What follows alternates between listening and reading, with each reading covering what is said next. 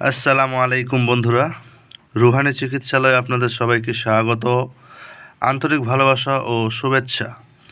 আশা করি সকলেই ভালো আছেন। আল্লাহর বিশেষ রহমতে আমিও ভালো আছি। তো আজকে আপনাদের মাঝে যে আমলটা নিয়ে আসছি, যে সাধনাটা নিয়ে আসছি, তা একেবারে ইসলামিক এবং নুরানি এবং খুবই আসরদার, পাওয়ারফুল এবং যার কোনো তুলনা হয় না। মূলত আরবি ২৮টা যে হরফ আছে, এই ২৮টা হরফের বিশেষ আমল রয়েছে। আমি এর আগে ২৮ হরফের আমল সরাসরি দিয়েছিলাম, তো ওটা হাজারে একজন ব্যক্তি করতে পারবে কি না তাও সন্দেহ। তবে আজকের যে আমলটা নিয়ে আসছি, মাত্র ২৮ দিনের মধ্যে আপনি পরিপূর্ণ আমলে সাধনায় আপনার মানে সাকসেসফুল পাবেন ইনশাল্লাহ। পরিপূর্ণ নিয়ম সহকারে আপনাদের মাঝে বলবো। এবং এর আগে তো আপনাদের মাঝে আমি যেটা বলেছিলাম, অনেকেরই অনেক রকম প্রশ্ন রয়ে গেছে। তো আজকের এই আলিফ হরফের আমলের সঙ্গে এই বিশেষ করে ২৮টা হরফের মুআক্কেলের যে বিশেষত্ব, কোথাও কোনো জায়গায় কত পুরাতন স্থানে লিপিবদ্ধ রয়েছে, তাও আপনাদের মাঝে একটু দেখাবো ইনশাল্লাহ। আর পার্ট করে আমি বিষয়বস্তুগুলো বুঝাবো। যারা আমলটা করবেন তারা নিয়ম মাফিক করবেন, যারা করবেন না তারা কোনো ব্যাপারে না, করবেন না। কথা বোঝা গেল? এই বিষয়বস্তুগুলো আপনাদের জন্য আমি খুব ক্লিয়ারভাবে খুব ক্লিয়ারভাবে আলোচনা করব ইনশাআল্লাহ। কথা বোঝা গেছে? তো তাই দেরি করব না, ভিডিও শুরু করে দেব। তো ছোট্ট একটা রিকোয়েস্ট, যদি চ্যানেলটাতে নতুন হয়ে থাকেন অবশ্যই সাবস্ক্রাইব করবেন। আর আগে থেকে যদি সাবস্ক্রাইব করে থাকেন আপনাকে জানাই অসংখ্য ধন্যবাদ। তো চলুন আগে আপনাদের মাঝে আমি একটু দেখাই যে এগুলো হচ্ছে আরবির ২৮টা হরফ। আশা করি কিতাবটা দেখতে পাচ্ছেন, এটা অন্য কিতাব, এটা অন্য কিতাব, ঠিক আছে? দুটারই বয়স প্রায় একই, শুধু যত্ন আর অযত্নের ফলে এই বিষয়বস্তুগুলো এরকম ঘটেছে, ঠিক আছে? এটা ১৯৩৮ সালের কিতাব, ঠিক আছে? অনেকেরই প্রশ্ন থাকতে পারে, এটা ১৯৩৮ সালের কিতাব, এটা ১৯৩৮, একই সময় এই কিতাবগুলো নেওয়া হয়েছিল বা ছিল। তবে এর কালার আলাদা হওয়া এবং যাই হোক, এই সামনের দিকে একই অবস্থা, ছিঁড়ে ছাড়ে একাকার। কথা বুঝতে পারলেন? আচ্ছা চলুন একটু দেখাই। এই যে এখানে উল্লেখ করেছে, আমি একটু পড়ে শোনাই বিশেষ করে। প্রথমত, আরবি ২৮ হরফের মুআক্কেল হাসিল করিবার তরতিব এখানে কিন্তু উল্লেখ করেছে। পয়ার ছন্দেভাবে কিন্তু লেখা, পয়ারে। আলেমরা লিখিয়াছে, এমত প্রকার ২৮ হরফে আছে আরবি প্রচার। এখানে যেটা উল্লেখ করেছে যে এই ২৮টা হরফের মাধ্যমে যাবতীয় যে আমরা দোয়া দরুদ বিভিন্ন বিষয়বস্তু যে পড়ছি, এমনকি আমাদের আল কোরআন সম্পূর্ণ জায়গায় ২৮টা হরফের মাধ্যমে কিন্তু লিপিবদ্ধ করা হয়েছে। কথা বুঝতে পারলেন? তাহলে এক একটা হরফের গুরুত্ব কতখানি তা আমরা বয়ান করে শেষ করতে পারবো না, বা আমাদের আয়ত্তের বাইরে। কথা বুঝতে পারলেন? তো চলুন তারপরে কী লিখেছে আপনাদের একটু পড়ে শোনাই। আমি যে বিস্তারিত বিষয়বস্তুগুলো আলোচনা করছি, আপনাদের অনেকেই আছে যারা এই সব সম্পর্কে অবগত থাকে না। কথা বুঝতে পারলেন? তো তারপর কি আছে? তাহাজিব আছে, যেই ২৮ হরফ, ২৮ মুআক্কেল ও তার আছেন হরফ। কথা বুঝতে পারলেন? এখানে বলেছে যে ২৮টা হরফের ২৮টা মুআক্কেল রয়েছে আলাদা আলাদা করে। কথা বুঝতে পারলেন? তো এই ২৮ হরফের আমল আমি চাইলেই তো কাউকে দিয়ে দেবো এমনটা না। কথা বুঝতে পারলেন? আমি ২৮ হরফের মধ্যে আমাদের সবচাইতে মূল্যবান এবং প্রথম যেইটা যে কোনো ব্যক্তি পড়তে পারে, যা বলা হয় আলিফ। এই আলিফ হরফের মুআক্কেলের সাধনা আপনাদের মাঝে আমি দিতে আসছি, ইনশাআল্লাহ পেয়ে যাবেন। তারপরে কি বিশেষ করে লেখা হয়েছে আপনাদের একটু শুনি। আলেফ হইতে আর ইয়া, এই যে তাক, আলেফ থেকে ইয়া পর্যন্ত যাহা ২৮ হরফ জানিবে তাহা। এই যে এখানে আলেফ থেকে ইয়া পর্যন্ত উল্লেখ করা রয়েছে, বুঝতে পারলেন? তো বলা হয়েছে ২৮ থেকে ইয়া পর্যন্ত যা রয়েছে সবই ২৮ হরফের মধ্যে। কথা বোঝা গেল? এরপরে কি রয়েছে? 28 হরফ জানিবে তাহা, 28 ফেরেশতা 28 হরফের, 28টা ফেরেশতা রয়েছে 28টা হরফের। তারপর আবার লিখেছে 28 হরফের 28 নাম আল্লাহ সাহেবের, ঠিক আছে।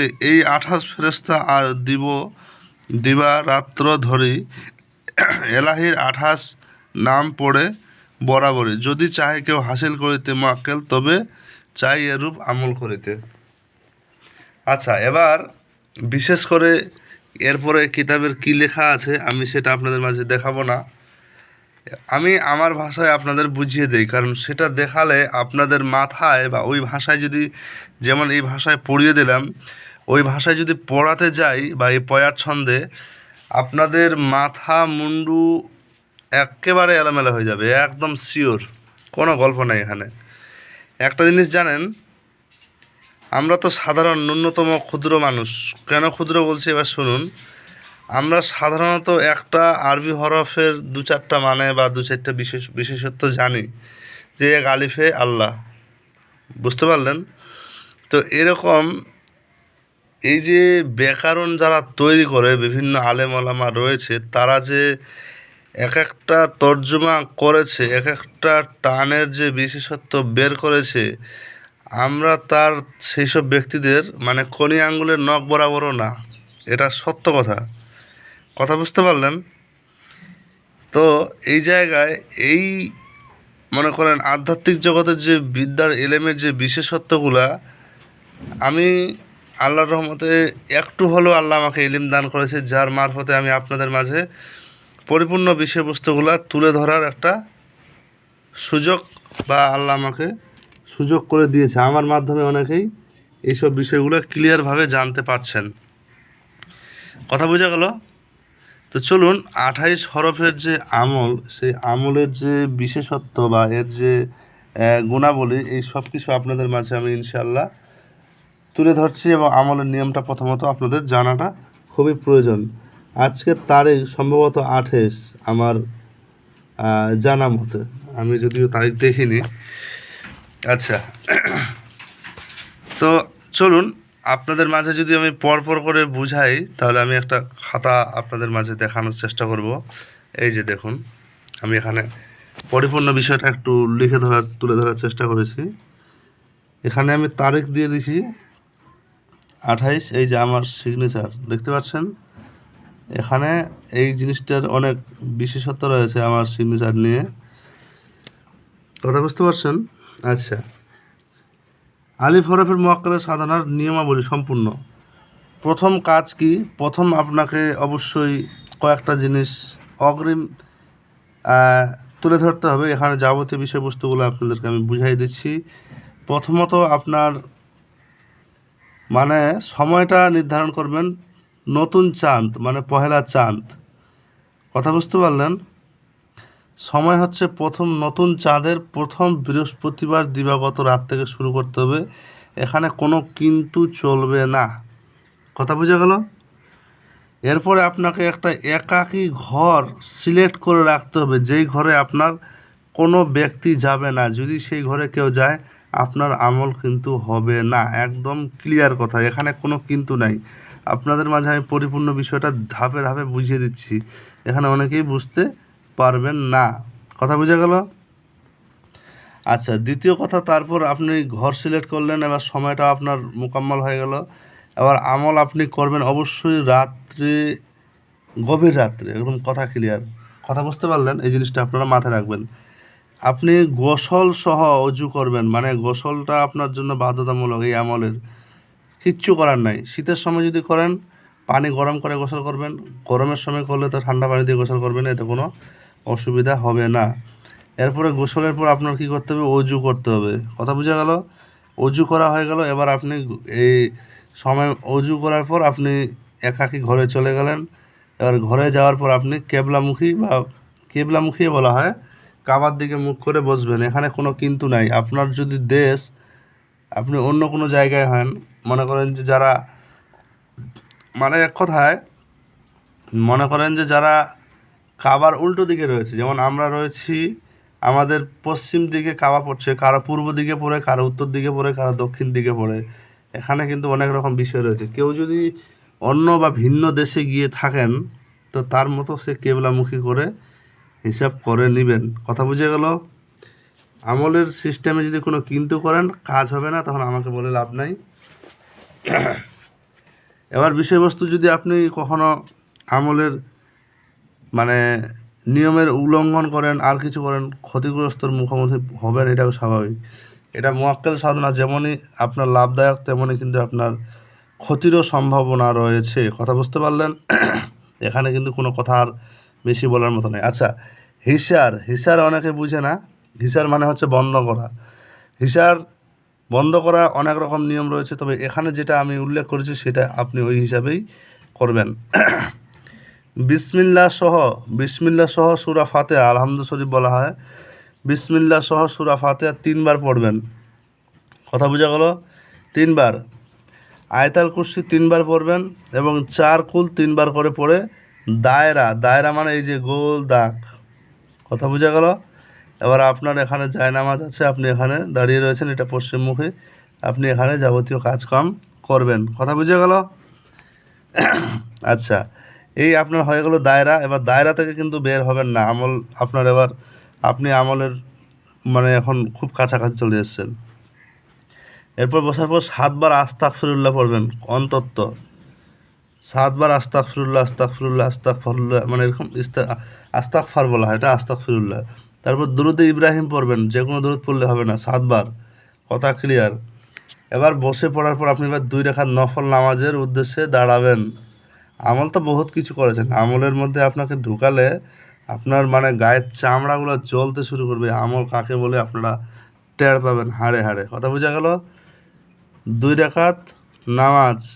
আর কাজ করলে আপনি প্রথম দিন থেকেই আপনার কাছে মুয়াক্কেল এসে হাজির হয়ে থাকবে। সেরকম আপনার যদি আমল করতে পারেন, সেরকম ব্যক্তির হাত আপনার মাথার উপর যদি থাকে, সেরকম নিয়মে যদি আপনি আগাতে পারেন। কথা বোঝা গেল? অ্যান্ড একটা জিনিসের মাঝখানে একটা জিনিস বলে দেই, যারা আমার অনেক শিষ্য আছে, অনেকেই বলতে পারে যে তার এই আমল, এই ইজাজত আমাকে দেন।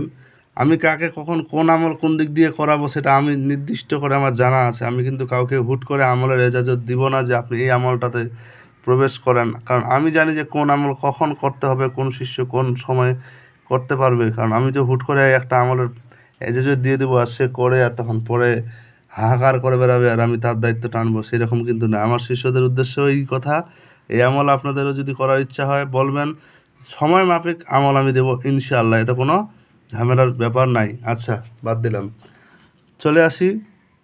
এবার 2 রাকাত নফল নামাজের উদ্দেশ্যে দাঁড়াবেন। সূরা ফাতিহার পর প্রত্যেক রাকাতে 3 বার সূরা ইখলাস পড়বেন। কথা বোঝা গেল? এবার সালাম ফিরিয়ে একটু দোয়া করবেন যাতে আপনার আমলটা সফল হয়। এখানে কিন্তু এটা কিন্তু নেই, এখানে যেহেতু আপনি শরীয়তি আমল করবেন, সেই জায়গায় আপনাকে নিয়ম মানাটা বাধ্যতামূলক। এই আমল কিন্তু যে নিয়ম আছে, এই নিয়মে কোনো হিন্দু ভাই বা মুসলিম ছাড়া অন্য কোনো ব্যক্তি করতে পারবে না, এটা কিন্তু বলে দিলাম। এই আমল করতে গেলে তাদের নিয়মটা একদম ভিন্ন, তারা তাদের মতো করে আমার সঙ্গে যোগাযোগ করলে তাদের বা সেরকম নিয়ম হলে আমি তাদেরকে দিতে পারবো, এর আগে পিছিয়ে কোনো কথা নাই। কথা বুঝে গেল? সালাম ফিরিয়ে দোয়া করবেন। এবার তারপর আপনাকে পড়তে হবে মানে মুয়াক্কেল হাসিরের দোয়া 4444 বার, এক বৈঠক থেকে উঠা যাবে না। কথা বোঝা গেল? 4444 বার। খুবই ছোট্ট একটা আজিমত, এই যে লিখে রেখেছি, আমি পরে বলছি। ইয়া ইসরাফিল ইয়া বেহাক্কে আলিফ, কি বোঝা গেল? ইয়া ইসরাফিল ইয়া বেহাক্কে আলিফ। কথা বোঝা গেছে? এখানে কোনো কিন্তু নাই। জালালি জামালি পরহেজটা বাধ্যতামূলক, যদি না করেন আমলে কোনো ফল পাবে না। এখন জালালি জামালি অনেকেই বলে কি, প্রথমত খাওয়া দাওয়া মাছ মাংস দুধ ডিম চলবে না, মানে নিরামিষ খেতে হবে। দ্বিতীয়তম আপনার মুখের ভাষা এবং শারীরিক সম্পর্ক স্ত্রী হইতে আপনাকে কিছুদিন বন্ধ রাখিতে হইবে আমল চলাকালীন সময়। কথা বোঝা গেল? এটাই হচ্ছে জালালি জামালের বিশেষ কিছু সিস্টেম। এবং পোশাক আশাক এমন কিছু পরবেন না যাতে আপনার শরীরের বিশেষ অংশ দেখা যায়, মানে আপনাকে আমলের মধ্যে পরিপূর্ণ সামিল থাকতে হবে। আচ্ছা, এবার চলে আসি আমার মোবাইল নাম্বার +917364831540। হোয়াটসঅ্যাপে আপনারা মেসেজ করবেন। কথা বুঝতে পারলেন? প্রয়োজনে এই আমলের আশা করি অনেকটা বিষয় বললাম। একটা আমল আপনাদের মাঝে দিলাম 28 হরফের মধ্যে নির্দিষ্ট করে। এর আগে 28 হরফের আমল দিছি, অনেকেরই গান ফেটে যাবে, মানে কথাটা খারাপ লাগলেও সত্য কথা। ঠিক আছে, এই যে দেখেন, আপনারা যদি একটু খেয়াল করেন, আমার এই জায়গায় কিন্তু ধোঁয়া উঠছে। এই যে দেখছেন ধোঁয়া, দেখতে পাচ্ছেন? এই যে ধোঁয়া, কীরকম ধোঁয়া যাচ্ছে একদম, এই যে দেখতে পাচ্ছেন? এই যে এটা কিন্তু আমার কাজের জায়গা, একদম ক্লিয়ার কথা। অনেক ব্যক্তি অনেক রকমভাবে ভিডিও করে, আমার সেই সব বিষয় নাই, যারটা যার যার কাছে। তো বিশেষ প্রয়োজনে যোগাযোগ করবেন, শিক্ষা দীক্ষার বিষয়ের ব্যাপার থাকলে যোগাযোগ করবেন। আমার হিসাব কিতাব বুঝে আমি দেখব, যদি আল্লাহ আমাকে আপনাদের জন্য কবুল করে বা আপনাকে আমার জন্য, তাহলে অবশ্যই একটা ভালো সুরাহা আসবে।